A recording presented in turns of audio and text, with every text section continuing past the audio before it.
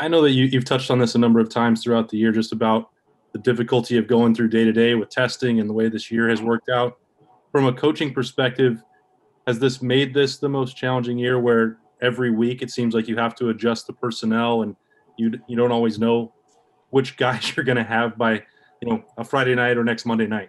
Sure. What I would say, Austin, I would say it made it the most rewarding year because of the commitment on the part of the players and how eager and willing they have been to adapt, adjust, overcome, play different spots, whatever it takes. And so, rather than focus on how hard it's been, honestly, I've just been really gratified to be around a group of kids like this and their eagerness to just whatever it takes, coach. And they've been fantastic.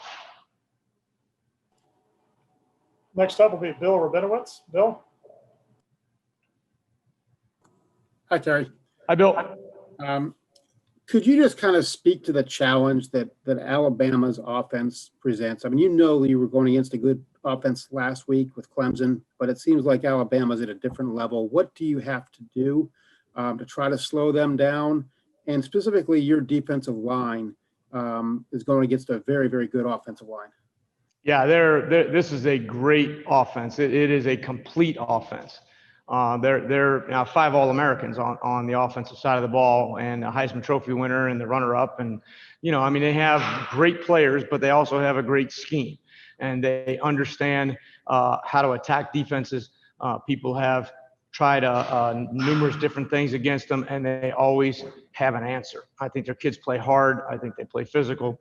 They run the ball well. They throw the ball, obviously, extremely well. They have great skill. And so for us, the challenge, it's the biggest offensive line that we faced, but they're also very gifted, very athletic. They can run, and they do a great job. And so it's going to be really, really important for us that we're fitting the right gaps, that we have inside hands with great pad level, and that we because if you misfit a gap or you get high in your pads or your hands are outside, they're going to take advantage of it. And then obviously we're going to have to do a great job in coverage with the skill of the receivers and the quality of the quarterback. Next up will be Nathan Baird. Nathan. Kerry, what have you seen from Lathan Ransom here late in the season that's led to him having a bigger role? Yeah, he's just continued to improve every day. And Nathan, I think those are the kids that probably suffer the most from the structure of the way summer went and in a shorter season and all those kind of things, because Lathan was, he was in COVID protocols and all those kind of things and really shorthanded on some of his time and preparation, and then not having the opportunity to get those kids in games early in the year to help them develop. I actually ended up, I think we all felt like he was doing a really good job in practice, but as you know, that's different than the game. And so he showed up and played big, when we needed him to, and he continues to improve and develop, and we're excited for his future. Next, we'll have Ralph Russo. Ralph. Hi, Kerry. Hi, Ralph. Wanted to ask you a little bit about Ryan. You've been around Ohio State football and Ohio football for all your life. Yep.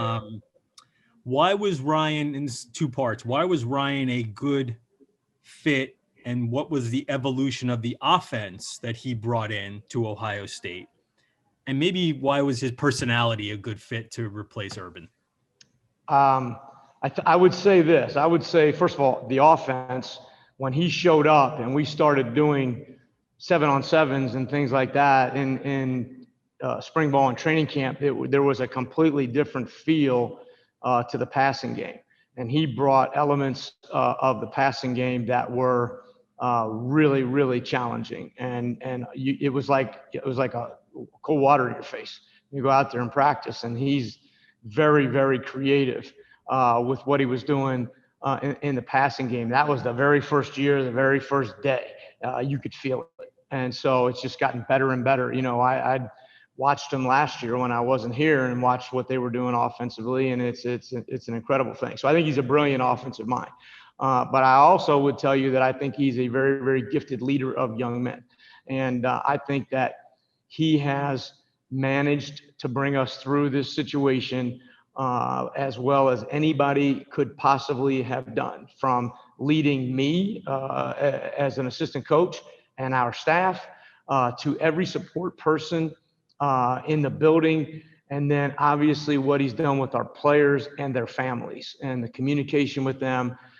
He's a player's coach. He feels the players. He talks to the players all the time. And I think that's one of his greatest gifts. And he has a really good understanding of this type of young person in this environment. He will frequently give us suggestions on things to read or watch that don't have anything to do with football, but have everything to do with young people. And it's really helpful. And so I think in part because he's younger, I think in part because he just has that great sense of people. He is really, I'm really enjoying watching him lead this team. Next will be Joey Kaufman. Joey, you're up. Hi, Kerry. Obviously, Hi, Joey. You were around in 2014 when Ohio State and Alabama played in the semifinals. From your perspective, how has their offense changed or evolved from 2014, the last time you guys faced them? Well, they've always had great players, that Derrick Henry and Amari Cooper then. And so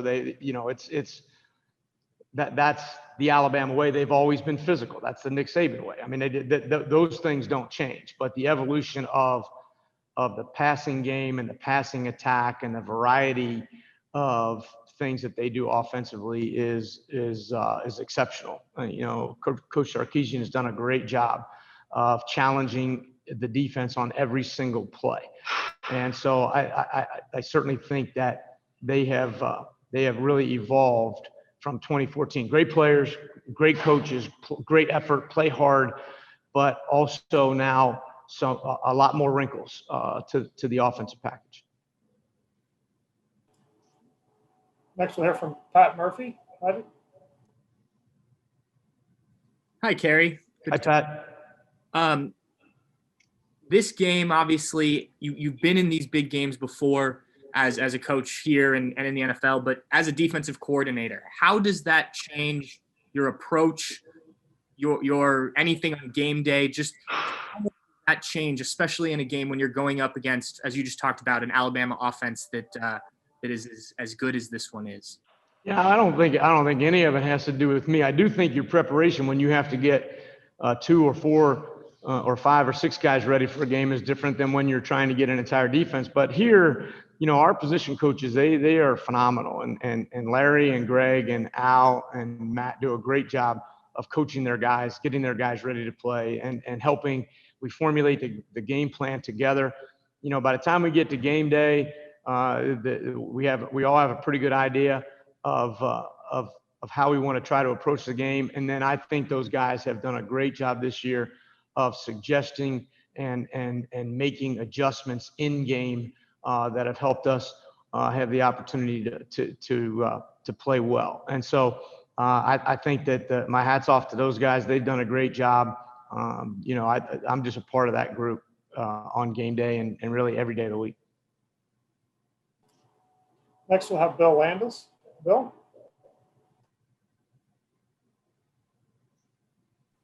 Hey, Kerry, how you doing? Great. How are you, Bill? I'm doing great, thanks. That 2014 game against, or I guess it was 2015 technically, against Alabama in the Sugar Bowl.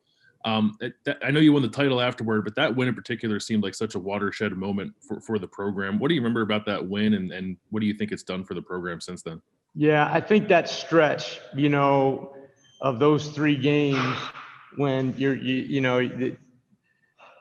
an underdog in all 3 of them, and the way the whole, I would say that even though I had been here for a few years, you really felt Buckeye Nation at that point in time. And I think that Urban, who's obviously one of the great recruiters of all time and had been establishing Ohio State as a national recruiting program and bringing in some really, really good talent, I think that really helped solidify that and helped us take off to be able to recruit with the best in the country year in and year out and bring in some really, really top quality players. And so I think it was, that 3-week stretch, at least for me, that was a true game changer for our future here. Next, we'll hear from Zachary Braziller. Zach? Harry, Jalen Waddle returned to practice yesterday, and there's kind of uncertainty if he's going to play or not going to play. Kind of a two-part question. What would them getting him back do for their offense, number one? And number two, do you guys now have to prepare like he's going to play? Well, I think you absolutely have to prepare like he's going to play. And I would promise you that he's he's an extraordinary athlete, extraordinary receiver. You played 5 games and you watch the tape, and he's a special player. So, my hat's off to him. If he's been able to recover and rehab and all those kind of things, I think those stories are great for college football, but he's a great player, and you're going to have to account for him on the field. I think there's no question about that, and they just have so many really, really gifted receivers and players on offense. It's just, it's another one. So we'll have to prepare and be ready for him. When they already have Devonta Smith, he won the Heisman Trophy. They have Harris. Adding Waddle, is it kind of almost scary to think about how dynamic their offense is? Yeah, we're going to go play. I don't think you can play a game scared. I think that would be probably the worst thing you could do. But you have to also acknowledge when you're playing teams that are really, really good at what they do, and they are. And then we acknowledge that. And so we understand the challenge that's ahead of us, and we're preparing to play. Next up is Dennis Dodd. Dennis? Hey, Kerry. I don't know how often you guys go good on good, but you've seen Justin Fields at least this year, the whole time he's been there. What's the difference between him maybe last year and this year, particularly from Northwestern when he played arguably his worst game to playing his best game against Clemson? Yeah, I've been able to watch him. I wasn't here last year to watch what he did in practice, Dennis, but I can tell you that what I've seen of Justin Fields is that he is one of the best quarterbacks I have ever seen. He makes throws in practice and obviously in games. I don't get to watch him play in the games very much, but he makes throws in practice that are fantastic. He's got command of the offense. He understands where we want to distribute the ball, and he's one of the best quarterbacks I've ever seen and ever been around. And we've been around some really good ones here, and he's truly gifted.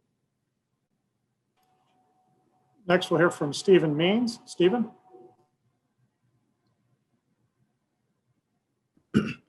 Hey, Kerry. Hi, Stephen. This might be a difficult question to answer, but when you're teaching a cornerback to maybe defend the deep ball, is it more of a technique thing? Is it a talent thing? How do you maybe teach that to a corner? Well, I guess it depends on the deep ball, if it's an outside deep ball or an inside deep ball. But the hardest thing, Stephen, is the amount of reps you can get that don't blow your legs out in the course of a week and in the course of a season. And so it's an art to play the deep ball, and you have to play it to do it. And at the same time, you got to maximize how many times you can do that in a day. And really, it's one of those skill sets that only get better by doing it. And the best way to do that is to do it in practice. And obviously, the more practice, when you don't get spring and you don't get summer, you're going to go there. We've talked about that a million times, but it makes it harder. And so it's one of those things that you can only get 2 or 3 of those a day. Now, you can do the finish of them. You can do the last 10 yards and those kind of things. But to run full speed down the field 40 or 50 yards and see the ball coming down out of the sky and make a play on it against a gifted athlete is one of the hardest things in sport. And so it's something that you coach and you teach and you try to maximize the reps that you can in practice. So is there a way maybe you prepare for a guy when you know he might be a deep ball threat versus a guy that may be more of a short pass type of threat, I guess? Sure. I mean, you every week you're spending a good bit of your time studying your opponent and knowing what it is that they do best, and then trying to work on those things. And so, you try to match, you try to do the best you can to handle their strengths, because if you don't, it's going to show up on Saturday or Monday. All right, we have time for one last question. Dan Hope. Dan? Hey, Kerry, when you're going up against a guy like Devonta Smith, who just won the Heisman, just what are the different things that, you see as a challenge for, your DBs to be prepared to cover him? Yeah, he's just really, really gifted as a route runner. He's got extraordinary physical ability, which everybody understands, but it's way more than just being a guy who can run fast. He runs great routes. He catches the ball. He high points the ball, catches it in his hands. He catches short balls and makes some big plays. He catches obviously the deep balls as well as anybody that we've gone against. He's a blocker. He's a team guy. He's involved in every phase of their offense.